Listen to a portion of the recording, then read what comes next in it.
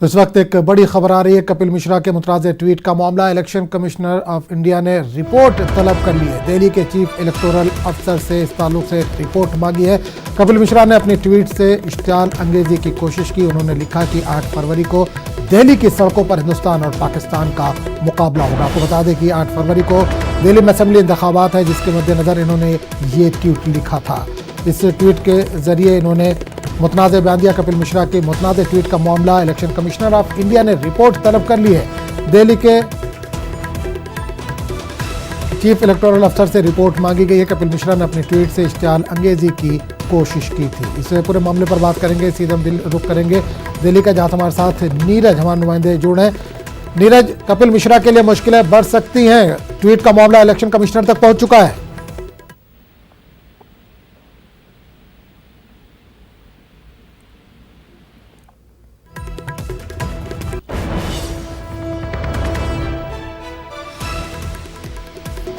नीरज, आप तक अगर आवाज पहुंच रही हो तो आपसे जानना चाहेंगे, कपिल मिश्रा का मामला इलेक्शन कमिश्नर तक पहुंच चुका है, मुश्किलें बढ़ सकती हैं? हेलो जी बिल्कुल, जानना चाहूंगा कपिल मिश्रा के लिए मुश्किलें बढ़ सकती है। उनका tweet election commissioner of India के पास पहुंच चुका है। देखिए, बिल्कुल चुनाव आयोग की नजर में है और दिल्ली के मुख्य चुनाव अधिकारी के दफ्तर की तरफ से उन्हें नोटिस भी जारी किया गया है कपिल मिश्रा को अपने ट्वीट को लेकर। और पूछा गया है कि सामाजिक सद्भाव बिगाड़ने से जुड़ा ट्वीट है, जिस तरह से पता चलता है, और उससे उनकी सफाई मांगी गई है। देखना होगा कि कपिल मिश्रा की तरफ से क्या सफाई भेजी जाती है दिल्ली के मुख्य चुनाव अधिकारी कार्यालय और जिला निर्वाचन अधिकारी को। उसके बाद चुनाव आयोग कोई फैसला करेगा कि क्या कुछ करना चाहिए।